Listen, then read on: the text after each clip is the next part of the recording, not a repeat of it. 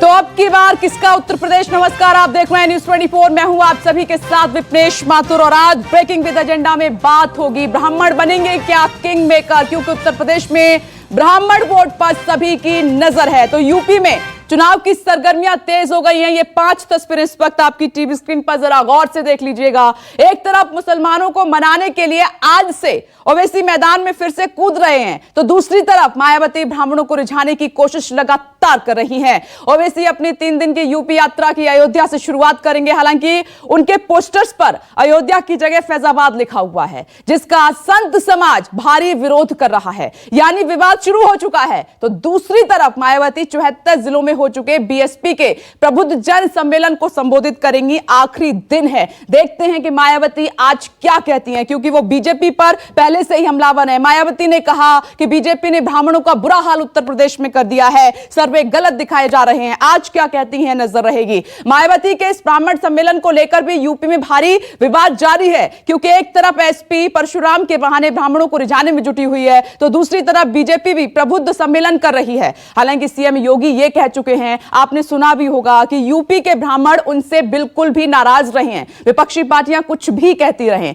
ऐसे में ब्राह्मण किसको ताज पहनाएंगे, यह एक बड़ा सवाल है। ब्राह्मण किस तरफ जाएंगे, यह एक बड़ा सवाल है, क्योंकि समाजवादी पार्टी हो, बीएसपी हो, कांग्रेस हो, बीजेपी हो, सभी इस वर्ग को रिझाने में लगे हुए हैं। अब यह बड़ी खबर आपकी टीवी स्क्रीन पर, ओवैसी की यूपी में एंट्री से पहले बड़ा विवाद हो गया है। साधुओं की जो नाराजगी है साफ तौर पर अयोध्या में नजर आने लगी है। साधुओं ने दी है रुदौली रैली रोकने की धमकी कि नहीं होने देंगे ओवैसी की इस रैली को।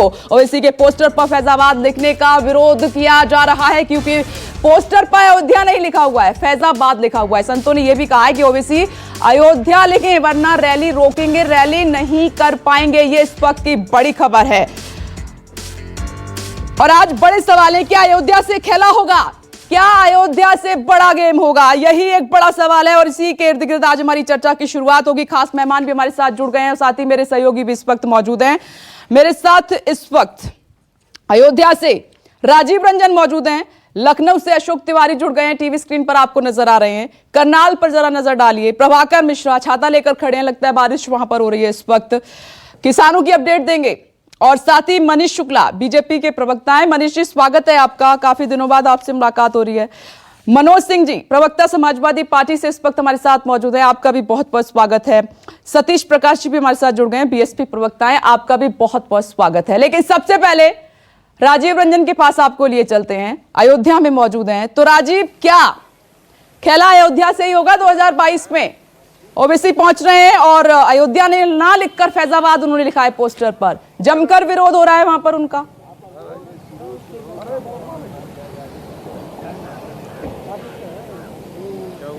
देखिए विपनेश, पहली बात यह है कि उत्तर प्रदेश का अभी तक का जो चुनाव का माहौल बन रहा है, 4-5 महीने चुनाव को बाकी है, लेकिन अगर केंद्र बिंदु आप देखेंगी तो अयोध्या ही है। उसकी वजह यह है कि बीएसपी ने जो ब्राह्मण सम्मेलन शुरू किया, जिसका समापन आज लखनऊ में पूर्व मुख्यमंत्री मायावती कर रही हैं, वो भी अयोध्या से शुरू हुआ। आम आदमी पार्टी की तिरंगा यात्रा भी 14 सितंबर को अयोध्या से शुरू हो रही है। राम मंदिर के बारे में, अयोध्या के बारे में बीजेपी का क्या स्टैंड है, ये पूरी दुनिया जानती है।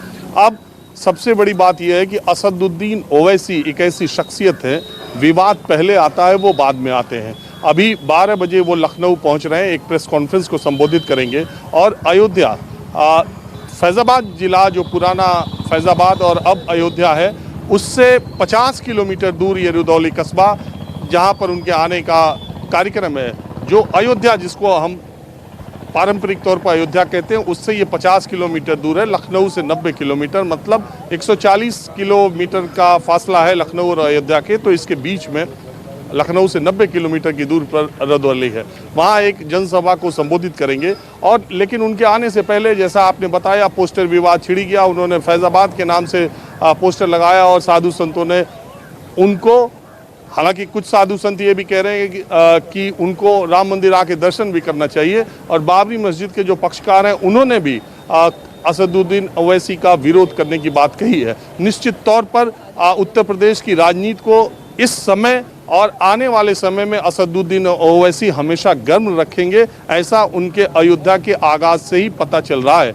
अब बड़ी बात यह है कि आज जब वो आएंगे और उनकी जनसभा का जो कार्यक्रम है, मखदूम शाह की मजार का पे जाने का जो कार्यक्रम है, उसके बाद यहाँ के हालात कैसे होते हैं, यहाँ किस तरह की स्थिति होती है और जो जिस तरह की तकरीर वो करते हैं वो यहाँ आकर के क्या करेंगे। और दूसरी तरफ जो बड़ा सवाल उठ रहा है कि जिस तरह से बिहार में असदुद्दीन ओवैसी ने लास्ट के अंतिम चरण के चुनाव में बीजेपी के विरोधी शक्तियों का नुकसान किया, हालांकि वो कहते हैं कि उन्होंने उसका नुकसान नहीं किया, लेकिन जिस तरह से पांच उनके विधायक जीते थे उससे बिहार के सत्ता समीकरण बहुत तेजी से बदले थे। और असदुद्दीन ओवैसी जिस तरह की भाषा का इस्तेमाल करते हैं और जिस तरीके की चीज़ें वो सामने रखते हैं, कहा यह जाता है कि मुस्लिम युवा उनसे बहुत प्रभावित रहते हैं। 20% के आसपास उत्तर प्रदेश में वोट है और अल्पसंख्यक वोटों पर सबकी निगाहें हैं। तो क्या ओवैसी उसी तरह की रणनीति या उसी तरह का नुकसान जो उन्होंने बिहार में किया उत्तर प्रदेश में करेंगे, और करेंगे तो किसका करेंगे? और दूसरी बात है कि अगर उनके आने की वजह से फायदा होगा तो किसको होगा और कितना होगा, और आने वाले दिनों में ओवैसी की उत्तर प्रदेश की यात्राएं कितनी, उसकी फ्रीक्वेंसी ज़्यादा रहेगी, ये बड़ा दिलचस्प पहलू रहेगा। और आज असदुद्दीन ओवैसी का पूरा मामला उत्तर प्रदेश में गर्म रहेगा, इसकी उम्मीद है। राजीव, कुछ लोग आपके साथ मौजूद हैं, कुछ कहना चाहते हैं क्या?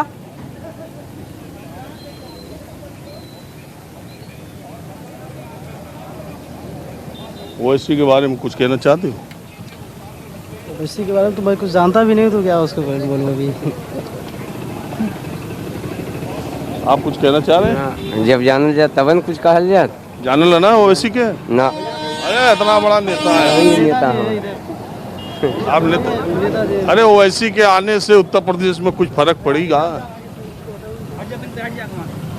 ओवैसी जी के आने से कोई फर्क नहीं पड़ेगा। यहाँ के लोग जानते हैं हमें किसे वोट देना है और कैसी मजबूत सरकार बनाना है, लोग जानते हैं। लेकिन राजनीति में आने का कुछ न कुछ जरूर उसका रहेगा, असर रहेगा। असर रहेगा? फायदा नुकसान किसको? फायदा नुकसान तो ये तो चुनाव में बाद में पता चलेगा। लेकिन अब देखिए, वो दावा तो कर रहे हैं कि हमारे आने के बाद उत्तर प्रदेश में राजनीति में कुछ न कुछ होगा। बात यही है। अरे उत्तर प्रदेश के लोग भी बड़ा राजनीतिक रूप से परिपक्व हैं, ये भी नेता से कम नहीं है, चाहे बाजार में किसी से बात करें। बिल्कुल राजीव, आपने सही कहा, बिल्कुल सही कहा। मैं लौट रही हूं आपके पास, जल्दी से 5 तस्वीरें आपको दिखा देते हैं, क्योंकि लखनऊ पर भी हमारी नजर आज रहेगी। 5 तस्वीरें आपकी टीवी स्क्रीन पर, क्योंकि बीएसपी की तरफ से भी ब्राह्मणों को लुभाने की पूरी कोशिश की जा रही है, रिझाने की पूरी कोशिश की जा रही है। क्योंकि आप देख रहे हैं तकरीबन 70 से ज्यादा 74 जिले जहां पर बीएसपी ने प्रबुद्धजन सम्मेलन को अंजाम दिया। लखनऊ में आज समापन होगा और वहां पर बीएसपी सुप्रीमो मायावती पहुंच रही हैं। सभी को इंतजार है, क्योंकि लगातार वो बीजेपी को निशाने पर लिए हुए हैं। मायावती ने कहा कि ब्राह्मणों की दुर्गति हुई है बीजेपी के रहते हुए उत्तर प्रदेश में, और बीजेपी की तरफ से भी हालांकि कहा गया कि तमाम पार्टियां झूठ बोल रही हैं। सीएम योगी ने कहा कि ऐसा कुछ नहीं है, ब्राह्मण हमारे राज्य में बहुत खुश हैं। तो इन तमाम सवालों के साथ आज चर्चा की भी हम शुरुआत करेंगे, लेकिन अशोक तिवारी इस वक्त हमारे साथ मौजूद हैं। तो अशोक तिवारी, आज सभी को इंतजार है कि बीएसपी सुप्रीमो मायावती क्या कहती हैं। 74 जिलों में अंजाम दिया गया प्रबुद्धजन सम्मेलन को, लखनऊ में समापन है, तो पूरी कोशिश की जा रही है ब्राह्मणों को पूरी तरीके से अपनी तरफ करने की।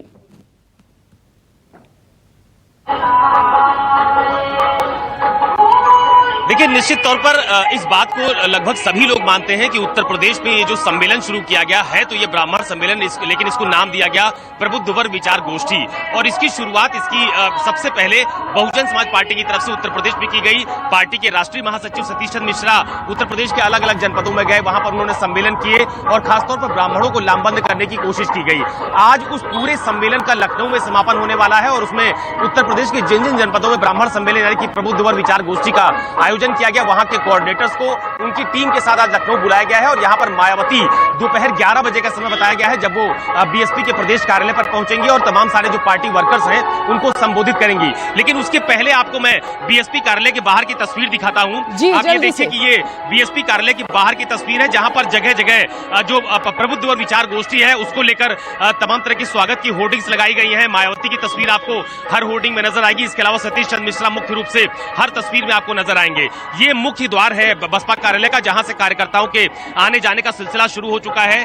बड़ी संख्या में कार्यकर्ता फिलहाल बसपा कार्यालय पहुंच भी रहे हैं और चूंकि आज इस पूरे आयोजन का समापन होने वाला है, लिहाजा मायावती की तरफ से कोई बड़ा राजनीतिक संदेश भी आज इस आयोजन के माध्यम से दिया जाएगा। हालांकि बीते दिनों जब मायावती ने प्रेस कॉन्फ्रेंस की तो उस दौरान ये जरूर कहा कि बीएसपी सरकार में ब्राह्मणों का असली सम्मान रहा है। तो मुझे लगता है कि उसी लाइन को आज आगे बढ़ाया जाएगा और ये आज का संबोधन मायावती के लिहाज से, बहुजन समाज पार्टी के लिहाज से विधानसभा चुनाव का आगाज माना जा रहा है, क्योंकि इतना बड़ा जमावड़ा लखनऊ में इसके पहले बहुजन समाज पार्टी के कार्यालय में। ठीक है अशोक तिवारी, आप अपनी नजर बना के रखिएगा क्योंकि पूरे दिन आपसे अपडेट लेना है। मायावती के पहुंचने से पहले समापन की तैयारियां जोरों से की जा रही है। जल्दी से करनाल का रुख कर लेते हैं, वहां पर किसान महापंचायत कर रहे हैं। मुजफ्फरनगर के बाद हरियाणा की बारी है और वहां पर प्रभाकर मिश्रा मौजूद है। प्रभाकर मिश्रा, क्या माहौल इस वक्त आपको नजर आ रहा है? क्या राकेश टिकैत पहुंच रहे हैं चढ़ूनी का साथ देने के लिए?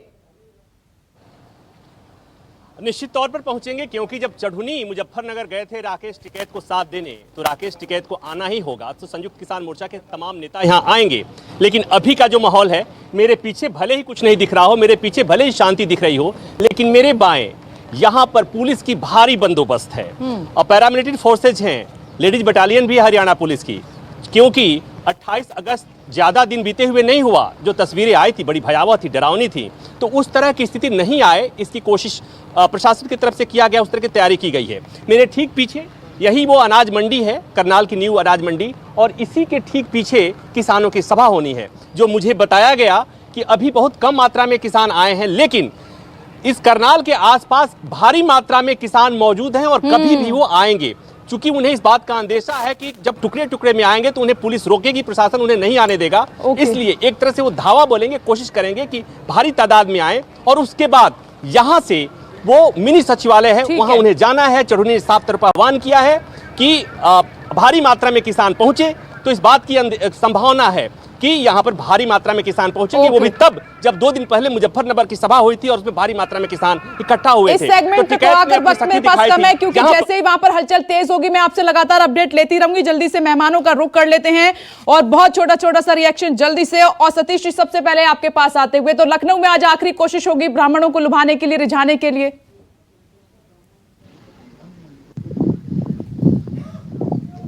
आपको एक बात माननी पड़ेगी कि बहुजन समाज पार्टी ने जब ये इस तरह के सम्मेलन करने शुरू किए, तब ये बीजेपी और सपा के तमाम जो इसमें कांग्रेस भी है, तमाम लोगों ने सवाल उठाया कि इस तरह के जो है इसको जातिवादी रंग दिया। लेकिन आज आप देखेंगे कि बहुजन समाज पार्टी के बाद में जब बहुजन समाज पार्टी समापन की ओर है, बाकी दल जो है इसकी शुरुआत कर रहे हैं। हम ये बताना चाहते हैं, कहीं ना कहीं ये सच्चाई है और इस सच्चाई को उत्तर प्रदेश के हर नागरिक को जानना चाहिए कि पिछले 4.5 साल में योगी जी की जब से सरकार बनी है, योगी जी ने राजनीतिक द्वेष के कारण कुछ जो प्रबुद्ध जो ब्राह्मण वर्ग के लोग हैं, उनको कुछ को जेल में डाला, कुछ का एनकाउंटर किया, कुछ को राजनीतिक मुकदमेबाजी के अंदर फंसाया और जो अधिकार बताए। बहुजन समाज पार्टी का ये कहना है कि एक वर्ग है, बहुजन समाज पार्टी जब सत्ता में आएगी, हर व्यक्ति के साथ जितनी जिसकी संख्या बारी उतनी उसकी हिस्सेदारी, ब्राह्मण समाज भी चूंकि समाज का एक हिस्सा है, उसकी जो राजनीतिक संरक्षण दिया जाएगा, उसके राजनीतिक अधिकारों के, उसके जो सामाजिक अधिकार है, उनके अधिकारों की पूरी हिस्सेदारी दी जाएगी। और आपको एक बात मानना पड़ेगा, देखिए आज आप ये बात मान लीजिए कि आज वो तमाम राजनीतिक दल, देखिए राजनीति हो या क्रिकेट हो, जो पिच बैठाता है, जो पिच बनाता है, हमेशा नाम उसी को मिलता है। आज वो समय आ गया है, बाकी दलों को भी ये बात मान लेनी चाहिए कि आज जो प्रबुद्ध प्रकोष्ठ का जो समापन हो रहा है, बाकी दल जिसकी शुरुआत कर रहे हैं, कहीं ना कहीं ये मुद्दा ऐसा बन गया है कि आप ये देखेंगे कि बहुजन समाज पार्टी राजनीतिक रूप से बाकी दलों से कितना आगे है। आप मानते हैं ये सब करके ब्राह्मण आपके पाले में आ जाएंगे इस बार 2022 में आपका साथ देंगे? मैं लौट रही हूँ जल्दी से, मेरी रिएक्शन मनीष शुक्ला जी आपसे लेना चाहूंगी। मायावती को तो आपने सुना ही होगा, उन्होंने कहा कि योगी राज्य में ब्राह्मणों की दुर्गति हुई है, ब्राह्मण बहुत नाराज हैं, इस बार बीजेपी से साथ नहीं देंगे आपका। देखिए, भारतीय जनता पार्टी सबका साथ, सबका विकास, सबका विश्वास और सबके प्रयास के आधार पर काम करती है, जाति और धर्म के आधार पर कतई विश्लेषण नहीं करती। एक बात अभी सतीश जी ने कहा कि ब्राह्मण भी समाज का एक अंग है। थैंक यू सतीश जी और बसपा कि आपने ब्राह्मण को कम से कम समाज का एक अंग माना। नहीं तो एक समय में तो आप ब्राह्मण, ठाकुर, बनिया, उनको क्या क्या कहते थे सबको पता है, तो आपने मान लिया कि समाज का एक अंग है। Thank you. दूसरी बात देखिए, जो बसपा हो, सपा हो, कांग्रेस हो, ये लोग सभी लोग एक ही थाली के चट्टे बट्टे हैं। अभी एक और नए मौलाना आ गए हैं, ओवैसी जी, जिनके बारे में आपने तमाम बातें कही।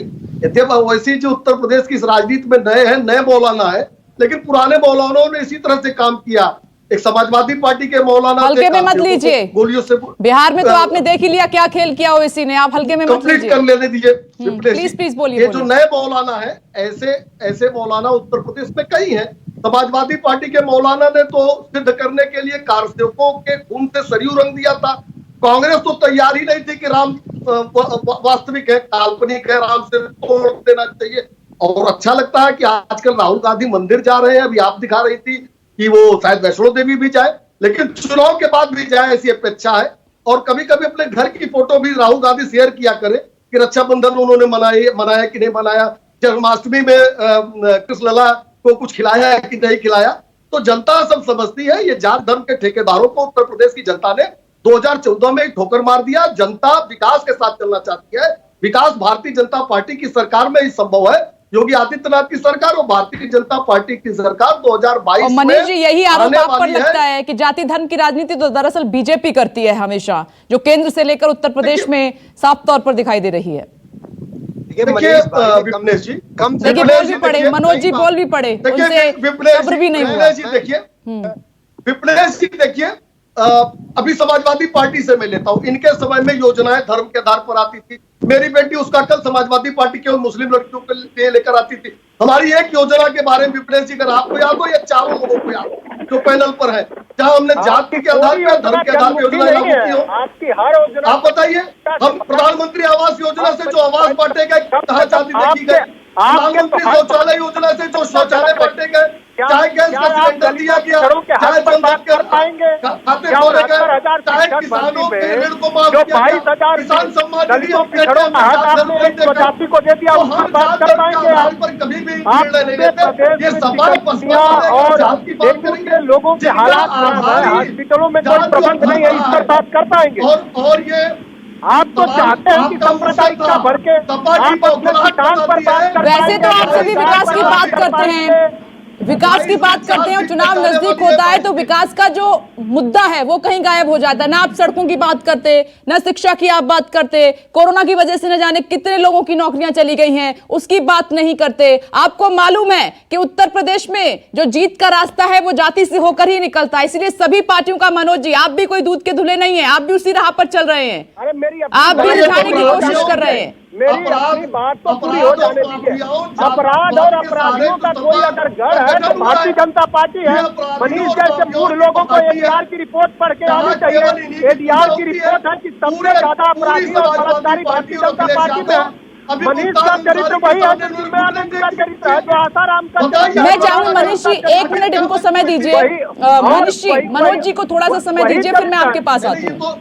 मैं कह रहा हूँ कि मनीष जैसे लोगों को एडीआर की रिपोर्ट कम से कम पढ़नी चाहिए। जितने मूर्खता से बात कर रहे हैं, जितने देश के अपराधी हैं, जितने दलाल हैं, वो सब भारतीय जनता पार्टी के गंगा नहा लेते हैं। इनको पता है एडीआर की दूसरी रिपोर्ट आई है कि सबसे ज्यादा अज्ञात स्रोतों से इस देश में अगर किसी दल को चंदा मिला है, किसी दलों को मिला है, तो बीजेपी को मिला है। क्या मनीष जी 1 मिनट, मनीष जी मैं आ रही हूँ, बस थोड़ा सा वक्त दीजिए, एक बात सुन लेते हैं मनोज जी को, फिर मैं जल्दी से आपके पास आती हूँ। जल्दी से बोलिए मनोज जी। जैसे लोगों से पूछना चाहूंगा कि आप जन परशुराम के बहाने आप भी ब्राह्मणों को रिझाने की कोशिश कर रहे हैं। अरे हम इस वर्ग को आप भी निराश नहीं करना चाहते हैं। तब से सब सोते रहे, किसी को किसी की याद नहीं आई, अब सब एक्टिव हो गए। अब तो पिछड़े, अगड़े, ब्राह्मण सब याद आएंगे। सुनिए तो हम परशुराम को भी चाहते हैं, बाबा साहब भीमराव अंबेडकर को भी मानने वाले लोग हैं, लोहिया को भी मानने वाले लोग हैं, लेकिन कम से कम सावरकर जैसे कायरों को मानने वाले लोग नहीं हैं। हम कम से कम उस विचारधारा को मानने वाले लोग नहीं हैं जो पूज्य गांधी की हत्या करा देती हो। हम कम से कम उस विचारधारा को मानने वाले लोग कहां से कहां लिए जा रहे हैं डिबेट को, कहां पूरे संस्थानों का व्यक्तिकरण कर रही हो। और ये हम किसके थाली के चट्टे बट्टे हैं? ये अंबानी के थाली के चट्टे कहाँ? ये मनोज आप डिबेट को कहाँ ले जा रहे हैं? मतलब कुछ सवाल पूछा है, उसका जवाब आपने नहीं दिया, बाकी सब कुछ आप बोल रहे हैं। सतीश जी जल्दी से आप इस पर रिएक्शन देना चाहेंगे? वो कह रहे हैं कि हम लोहिया को भी मानते हैं, अंबेडकर को भी मानते हैं, हम परशुराम को भी मानते हैं। सतीश जी कह रहे हैं कि उत्तर प्रदेश में दलितों पिछड़ों के रुक जाइए, मनोज जी 1 मिनट रुक जाइए, आप ही बोलते रहेंगे तो डिबेट नहीं हो पाएगी। जल्दी से सतीश जी आपका छोटा सा रिएक्शन। मासूमों की क्या हालत है गोरखपुर सतीश जी,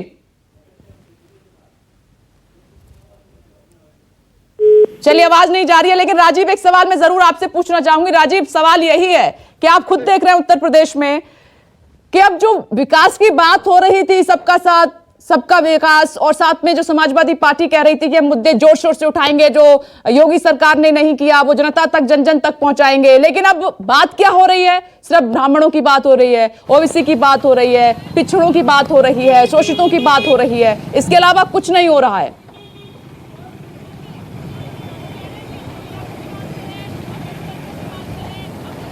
देखिए विपनेश, ये राजनीति तो खेल है, ये शतरंज की बिसात पे चाल चलने की बात है। चुनाव जीतना है, चाहे जैसे भी जीतना है, और जिसके लिए जो भी चाल चलनी पड़ी, सारे राजनीतिक दल वो चाल चलते हैं। ये कहने वाली बात है। अभी समाजवादी पार्टी के जो आपके पैनल में हमारे गेस्ट हैं वो ये कह सकते हैं कुछ भी, लेकिन जब चुनाव आया है तो मुख्तार अंसारी के बड़े भाई सुखबुतुल्लाह अंसारी को लेने में 1 मिनट समाजवादी पार्टी को नहीं लगा। पिछले चुनाव में उसी परिवार को लेने के लिए कितना बड़ा झगड़ा हुआ था, सबको याद है। ठीक इसी तरह भारतीय जनता पार्टी ब्राह्मण सम्मेलन कर रही है, और उत्तर प्रदेश के सिटिंग मुख्यमंत्री अगर नाम लेके कहते हैं कि ब्राह्मण मुझसे नाराज नहीं है, तो इससे बड़े जाति की राजनीति कोई पार्टी क्या करेगी? जब सिटिंग सीएम अगर ये बात कहे कि इस जात के लोग मुझसे नाराज नहीं है, उस जात के लोग नहीं नाराज हैं, नारा सबका विकास, सबका साथ देना बहुत आसान सी और बहुत बढ़िया बात लगती है। तीसरी बात है कि बीएसपी जो भले तौर पर ये कहती हो, जब वो भाईचारा सम्मेलन करती है, 2007 में जब उसको पूर्ण बहुमत मिला था तो ब्राह्मणों का साथ बहुत कहा गया था कि ब्राह्मणों ने बहुत सपोर्ट किया है। फिर उसी मुद्दे पर आना, फिर इसी तरह से प्रबुद्ध, जबकि कोर्ट ने रोक लगा दी है कि आप किसी जाति के नाम पे सम्मेलन नहीं कर सकते, तो उसके लिए बदल करके आप प्रबुद्ध वर्ग सम्मेलन नाम रख देते हैं और उसको ब्राह्मण सम्मेलन कहते हैं। वहाँ ब्राह्मण आते हैं, मंच से सतीश मिश्रा जो बीएसपी के महासचिव है वो विकास दुबे हत्याकांड पर सवाल उठाते हैं। अब ये सारी बातें होते हैं, कहते हैं जांच करवाएंगे। अब देश ने देखा है, पूरी दुनिया ने देखा है कि विकास दुबे ने कौन सा खूंखार अपराध किया है। चुनाव आया है तो वो देखिए, मैं रफीक शदानी यहीं के शायर हैं और बहुत मजाकिया शायर है। उनकी एक लाइन है कि जब नगीचे चुनाव आवत है, भात मांगो पुलाव आवत है। तो जब चुनाव आ जाता है, रफीक शदानी यही अयोध्या के। और राजीव, मैं इन्हीं लाइनों से एक छोटा सा ब्रेक यहाँ पर ले रही हूँ, फौरन लौटूंगी। नेता कहते हैं तो हम तो जात पात की बात ही नहीं करते हैं, और लेके देखिए शब्दों में तो सब कुछ यही भरा हुआ है। नमस्कार, मैं हूं मानक गुप्ता।